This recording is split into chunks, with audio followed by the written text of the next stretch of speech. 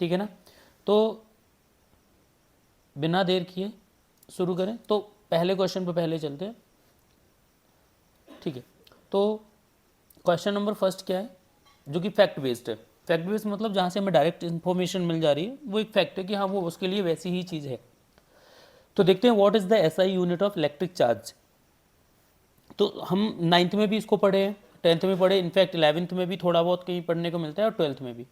तो हमें पता है कि चार्ज की यूनिट क्या है, तो चार्ज की यूनिट होती है कूलम, ये यूनिट ऑफ चार्ज, ठीक है। ये तो हमारा करेक्ट ऑप्शन हो गया।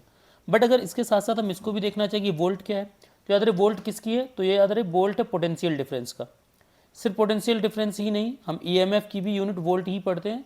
और जहाँ कहीं भी तुम्हें सप्लाई सुनने को मिल जाए, सप्लाई या मेंस, सप्लाई या मेंस, तो इसको भी अपन क्या बोलेंगे, वोल्ट ही इसकी यूनिट होगी।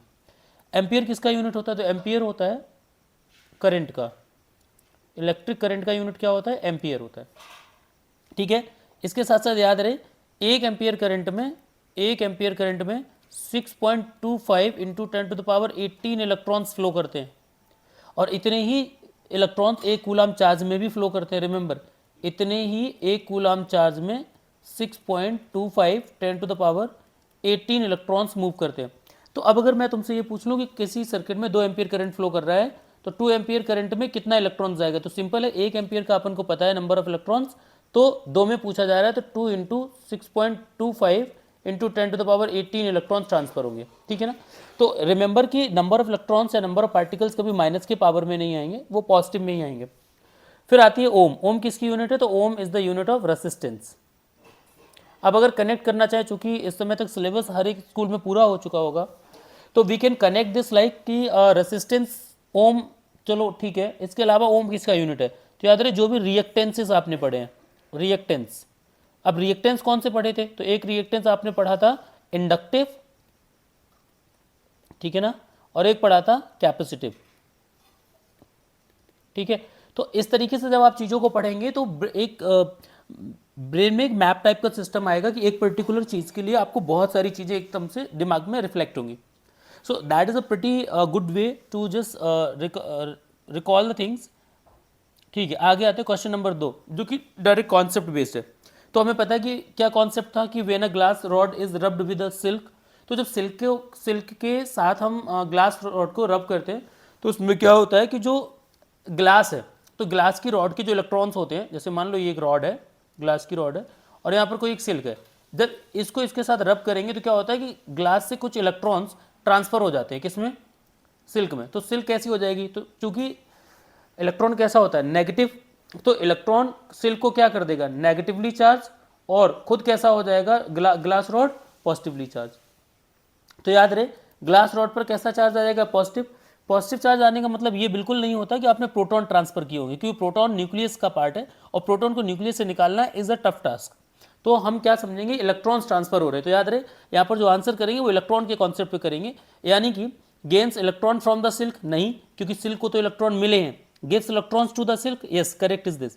गेन्स प्रोटॉन, तो प्रोटॉन को आप निकाल ही नहीं सकते हो, प्रोटॉन का ट्रांसफर आप इजीली नहीं कर सकते हो, इसलिए प्रोटॉन के ट्रांसफर की तो हम बात करेंगे ही नहीं, इलेक्ट्रॉन्स के ट्रांसफर की सिर्फ बात करेंगे। उसमें भी ग्लास रॉड ने इलेक्ट्रॉन्स ट्रांसफर कर दिए किस पर, सिल्क पर। अब यहाँ पर एक और क्वेश्चन क्या बनाया जा सकता है, ये भी बनाया जा सकता है, क्या जब फ्रिक्शन से इलेक्ट्रॉन ट्रांसफर हुए, तो क्या इलेक्ट्रॉन्स के ट्रांसफर होने से कोई मास में ट्रांसफर हुआ। देखो इलेक्ट्रॉन का मास माना कि नेग्लिजिबल होता है, 9.1 × 10⁻³ kg, बट इसका मतलब ये नहीं होता कि जीरो है। When the number of electrons are transferred, तो ऑब्वियस है कुछ मास तो जाएगा ना, तो तुम कह सकते हो स्लाइट चेंज इन मास भी आएगा, यानी कि ग्लास रॉड का मास थोड़ा सा कम हो जाएगा और सिल्क का मास थोड़ा सा बढ़ जाएगा, जो कि नेग्लिजिबल चेंज हो सकता है बट चेंज होगा।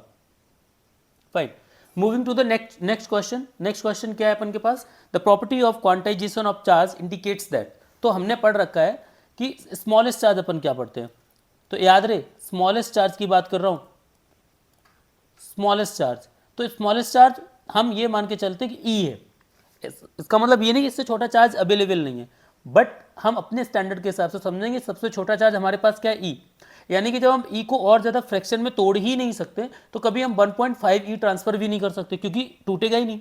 कम से कम आप कितना ट्रांसफर कर सकते हो, एक ई, मैक्सिमम मर्जी है आपकी, तो 2 ई, 3 ई, यानी कि इसका कभी भी एक फ्रैक्शनल फॉर्म नहीं आएगा, डेसिमल फॉर्म नहीं आएगा। तो फिर हम जो मिनिमम चार्ज ट्रांसफर कर सकते हैं, ठीक है ना, वो क्या आएगा, Q equal to plus minus N E, ठीक है ना। तो ई की एक जो वैल्यू होती है वो कितनी है, 1.6 10 to the power minus 19 coulomb. मतलब हम अगर चार्ज कभी भी ट्रांसफर करने जाएंगे तो इससे कम चार्ज ट्रांसफर नहीं कर सकते, ठीक है ना। मतलब ये याद रहे, quantization of charge minimum charge transfer के लिए होता है, मैक्सिमम तो आप नंबर जितना मर्जी चाहे इलेक्ट्रॉन ट्रांसफर कराइए, चार्ज ट्रांसफर कराइए। तो charge can not be destroyed, ये कंजर्वेशन ऑफ चार्ज का पार्ट होता है। दूसरा है, ठीक है ना, तो ये ऑप्शन हमारा करेक्ट नहीं है। There is minimum permissible charge, तो अभी भी मैंने क्या बताया था कि मिनिमम एक जो चार्ज ट्रांसफर कर सकते हैं वो इंटीग्रल मल्टीपल ऑफ ई में कर सकते हैं, मतलब एन का वैल्यू जो है वो 1 2 3 एंड सो ऑन होनी चाहिए। स्केलर क्वांटिटी है, इसका इस बात से कोई लेना देना नहीं है। चार्ज इज ऑलवेज कंजर्व्ड, ये बात सही है एक आइसोलेटेड सिस्टम में, बट रिमेंबर यहाँ पर जो पूछा गया है वो क्वांटाइजेशन के लिए पूछा गया है, कंजर्वेशन के लिए नहीं पूछा गया है। तो करेक्ट आंसर होगा बी। क्वेश्चन नंबर 4 जो कि एप्लीकेशन बेस्ड है, the force between two charges is 200 Newton, if the distance between them is doubled the force becomes. तो लॉजिक समझो, सबसे पहले ये समझो कि जो चार्जेस के बीच के फोर्स की बात करें ये कहाँ आता है, तो हमने पढ़ा है कूलम्स लॉ में। अब कूलम्स लॉ में क्या पढ़ा है, एक कूलम कांस्टेंट होता था, ठीक है ना, जिसका हम नाम के से पढ़ लें या सी से पढ़ लें, तो हम तो सी से पढ़ाते हैं तो सी से पढ़ लेते हैं, Q1 Q2 by R square, ये बेसिक फार्मूला है। अब मान लो कि जो चार्जेस हैं वो Q1 Q2 कुछ भी हैं, अपन को नहीं पता, लेकिन इस समय जो इन्होंने फोर्स दिया वो कितना दिया, 200 न्यूटन। मान लो नया फोर्स F डैश हो जाता है, मान लेते हैं, लेकिन क्या हमने C बदल दिया, नहीं बदल सकते। क्या हमने चार्जेस को बदलने की बात की गई, क्वेश्चन में नहीं की गई। सिर्फ क्या बोला, इन्होंने बोला कि अगर distance between them is doubled, यानी जो दूरी पहले r थी वो 2r कर दी गई, तो हम यहाँ पर 2r का होल स्क्वायर कर देंगे। अब यहाँ पर जब सॉल्व करोगे तो देखो ध्यान से, ये क्या आ रहा है, C Q1 Q2 बाई ये कितना आ जाएगा 4r स्क्वायर।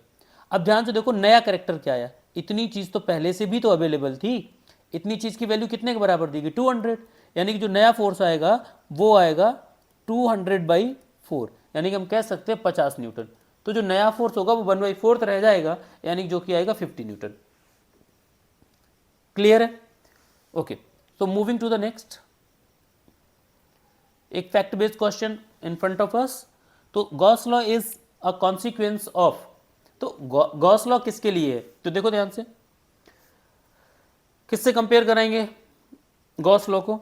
अब ध्यान से देखो गॉस लॉ किसके जैसा आ रहा है, कहीं आ रहा है कुछ कनेक्ट हो रहा है, तो गॉस लॉ एम्पियर्स लॉ के जैसा है, एम्पियर सर्किटल लॉ। क्योंकि वहां पर क्या होता था एम्पियर सर्किटल लॉ में कि जो इंटीग्रल है बी डॉट डी एल, ठीक है ना, integral of B dot D L in close, ठीक है ना, अब वो किसके बराबर आता था, mu naught net current, mu naught times net current threading और passing through a close Amperian loop. जैसे मान लो एक लूप है, अब इसके अंदर से कितना करंट पास हो रहा था, ठीक है ना, मान लो नंबर ऑफ वायर है,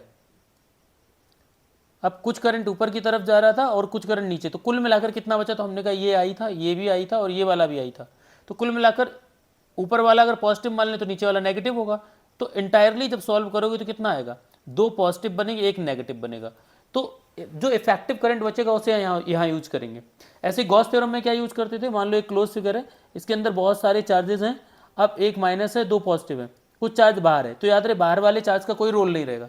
ऐसे ही इस वाले में अगर कोई करंट बाहर से खींच दोगे तो उसका भी कोई रोल नहीं रहेगा, सिर्फ उसका मतलब रहेगा जो विद इन द लूप है, और यहाँ पर सिर्फ उस वाले का मतलब रहेगा जो with in the close figure है। तो यहाँ पर देखो ये प्लस माइनस कट जाएगा, तो यहाँ सिर्फ क्या आएगा, क्यू चार्ज, तो यहाँ पर क्या लिखते थे, क्यू बाई एप्सिलॉन नॉट, वो किसके बराबर आता था, नेट फ्लक्स के थ्रू एनी क्लोज लूप, ठीक है ना, क्लोज फिगर या क्लोज जो भी है सरफेस मान लेते। तो याद रहे किसका कॉन्सिक्वेंस है, हम कह सकते हैं Ampere's law, ampere circuital law. अगर कभी एम्पियर सर्किटल लॉ के लिए पूछ लेंगे तो कह देंगे कि गॉस लॉ। ओम्स लॉ क्या होता है, बी प्रोपोर्शनल आई, और यहीं से निकालते थे V is equal to I R at constant temperature. Coulomb's law क्या है, अभी अभी मैंने पिछले वाले में पढ़ाया कि the force exerted between the 2 point charges is directly proportional to the product of the 2 charges and inversely proportional to the square of separation between them, ठीक है ना। तो ये होता है, जहाँ पर C क्या है, C की जो वैल्यू थी वो कूलम कांस्टेंट है, जो कि 1/4 पाई एप्सिलॉन नॉट होता है, जिसका वैल्यू कितना आता है वैक्यूम के लिए, ये आता है 9 × 10⁹ यूनिट भी अपन निकाल सकते हैं, जो कि क्या आएगी न्यूटन मीटर स्क्वायर पर कूलम स्क्वायर। ऐसे करके भी लिख सकते हैं। लेंज लॉ क्या है, तो याद रहे लेंज लॉ कहाँ यूज करते थे, Lenz law is use to determine the direction of the polarity, या फिर कि इंड्यूस ईएमएफ का डायरेक्शन क्या होगा, इंड्यूस करंट का डायरेक्शन क्या होगा, ठीक है ना, जो कि based on conservation of energy. याद रहे, अब कुछ नहीं तो किसी एमसीक्यू में डायरेक्ट बोर्ड में पूछ लेंगे कि लेंज लॉ किस पर बेस्ड होता है, तो कंजर्वेशन ऑफ एनर्जी। क्लियर है, तो moving to the next question number 6, ये फैक्ट बेस है। Force per unit charge is known as, अब ध्यान से देखो तुम्हें क्या पढ़ाया गया था, electric field strength at a point क्या पढ़ाया जाता था, फोर्स एफ बाई क्यू, तो फोर्स पर यूनिट चार्ज क्या हो गया, इलेक्ट्रिक फील्ड, ठीक है ना। तो इलेक्ट्रिक फील्ड कहीं दिखाया गया है तो ये दिया गया इलेक्ट्रिक फील्ड। अब इलेक्ट्रिक फील्ड के और क्या फार्मूले होते हैं वो भी देख लो, ये भी तो होता है V by D, B by D भी होता है। कहाँ से याद आ रहा है, तो याद करो, अगर कैपेसिटर की प्लेट्स को देखो वहां पर भी तुमने ऐसे ही करके पढ़ा होगा, या डी ओवर डी आर से ई के बराबर माइनस ई तुमने पढ़ा होगा। यहाँ से अगर हम इसका इंटीग्रेशन कर दे तो हमें यही मिल जाएगा। मैग्नीट्यूड का केस ले लो, माइनस को थोड़ी देर के लिए साइड कर दो। इलेक्ट्रिक पोटेंशियल, अब इलेक्ट्रिक पोटेंशियल को वी से दिखाते हैं, जो कि क्या होता है, वर्क डन पर यूनिट चार्ज, हमने पढ़ा है किसी भी पॉइंट पर इलेक्ट्रिक पोटेंशियल। इलेक्ट्रिक फ्लक्स की अगर बात करो तो ये क्या होता है, तो इलेक्ट्रिक फ्लक्स को फाई से दिखाते हैं, ये होता है ई इंटू ए कॉस थीटा, और गॉस थ्योरम में अगर लिखना चाहो तो क्यू बाई एप्सिलॉन नॉट लिख सकते हैं, ठीक है। अब इतना समझ में आ गया सबको। इलेक्ट्रिक करंट अपन के पास क्या होता है, I equal to Q upon T, तो ये सारी चीजें हैं, ये ऐसे कनेक्ट हो रहा है। तो करेक्ट आंसर अपन का क्या हो जाएगा, force per unit charge is known as electric field.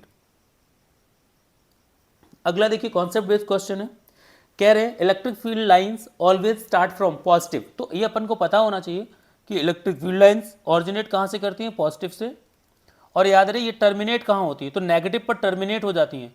Magnetic field lines में और इलेक्ट्रिक फील्ड लाइन में ये सबसे बड़ा डिफरेंस है कि इलेक्ट्रिक फील्ड लाइंस टर्मिनेट हो जाती है नेगेटिव पर, जबकि मैग्नेटिक फील्ड लाइंस टर्मिनेट नहीं होती है। Magnetic field lines close loop बनाती हैं, इलेक्ट्रिक फील्ड लाइंस कभी भी क्लोज लूप नहीं बनाती हैं क्योंकि उनका टर्मिनेशन हो जाता है। तो ऑप्शन देख लो अपन का क्या रहेगा, positive charge and and on negative charge, तो यही वाला अपन का सही आंसर है।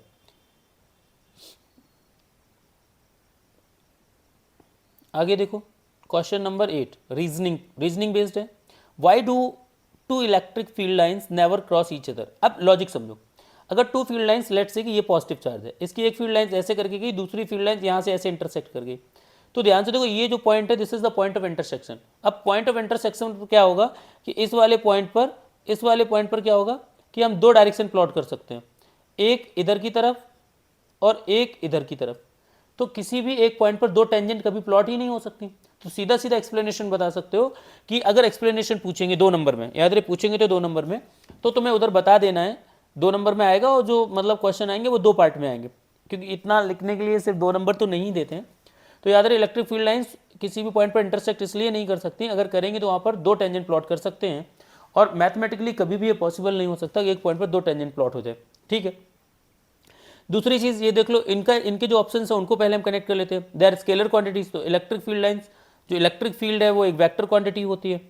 They would form close loop बनाते नहीं है, ये तो कोई मतलब रिलेवेंस ही नहीं है। Field would have 2 directions at 1 point, तो यही वाला तो कॉन्सेप्ट है, किसी भी पॉइंट पर 2 डायरेक्शन शो हो जाएंगी जहां पर भी इंटरसेक्शन होगा, और जो कि मैथमेटिकली पॉसिबल ही नहीं है। Question number next concept, an electric dipole placed in a uniform electric field experiences, तो यहाँ पर देखो 2 क्वेश्चन आते हैं खासकर, एक तो यही जो मैंने सीधा सीधा दिया हुआ है, एक क्वेश्चन ये भी आता है कि अगर डाइपोल को नॉन यूनिफॉर्म फील्ड में रख दें, ये बहुत इंपॉर्टेंट पार्ट है, नॉन यूनिफॉर्म फील्ड। अगर नॉन यूनिफॉर्म फील्ड में रख दिया तो याद रहे कि नॉन यूनिफॉर्म फील्ड में क्या होगा कि फोर्स भी लगेगा और फोर्स के साथ साथ टॉर्क भी लगेगा, क्योंकि यूनिफॉर्म फील्ड में तो सिर्फ टॉर्क लगता है, तो याद रहे नॉन यूनिफॉर्म फील्ड में नेट फोर्स भी लगेगा और नेट फोर्स के साथ साथ टॉर्क भी होगा, तो दोनों चीजें एक्सपीरियंस होंगी। तो फिर फिलहाल यहाँ कॉन्सेप्ट क्या लगाया गया, यूनिफॉर्म, तो यूनिफॉर्म के लिए क्या लगेगा, नेट फोर्स तो लगेगा नहीं, क्या लगेगा, सिर्फ नेट टॉर्क लगेगा। रिमेंबर ये वाला ऑप्शन हमारा तब सही हो जाता जब हम नॉन यूनिफॉर्म फील्ड की बात करते, लेकिन ये नॉन यूनिफॉर्म नहीं, इसलिए गलत हो जाएगा।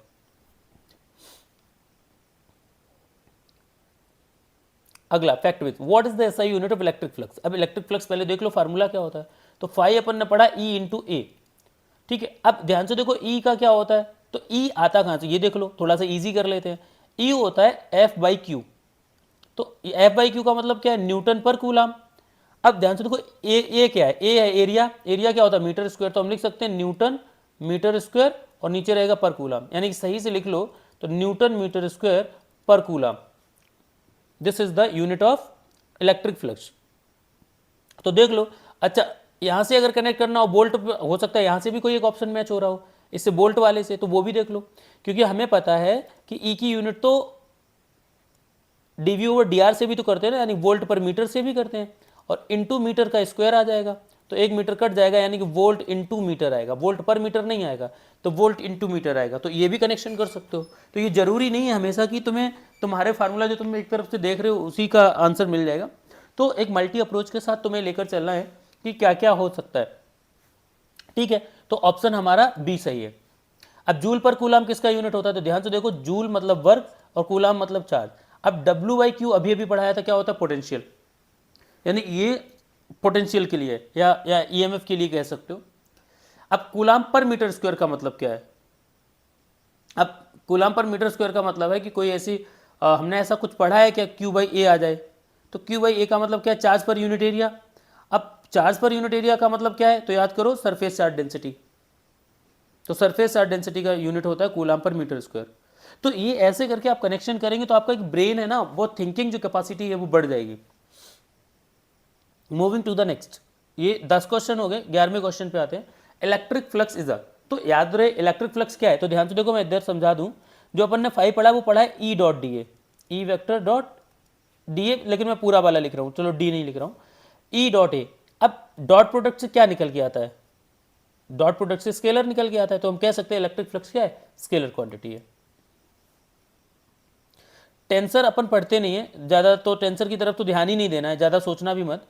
फेजर आप सिर्फ एक ही जगह पढ़ते हैं, याद रहे फेजर कहाँ पढ़ते हो अपन, आप पढ़ते हैं अल्टरनेटिंग करंट में। फेजर होते क्या है, फेजर भी रोटेटिंग वेक्टर्स होते हैं जो वहाँ पर रिप्रेजेंट करते थे किसको, वोल्टेज को और करंट को।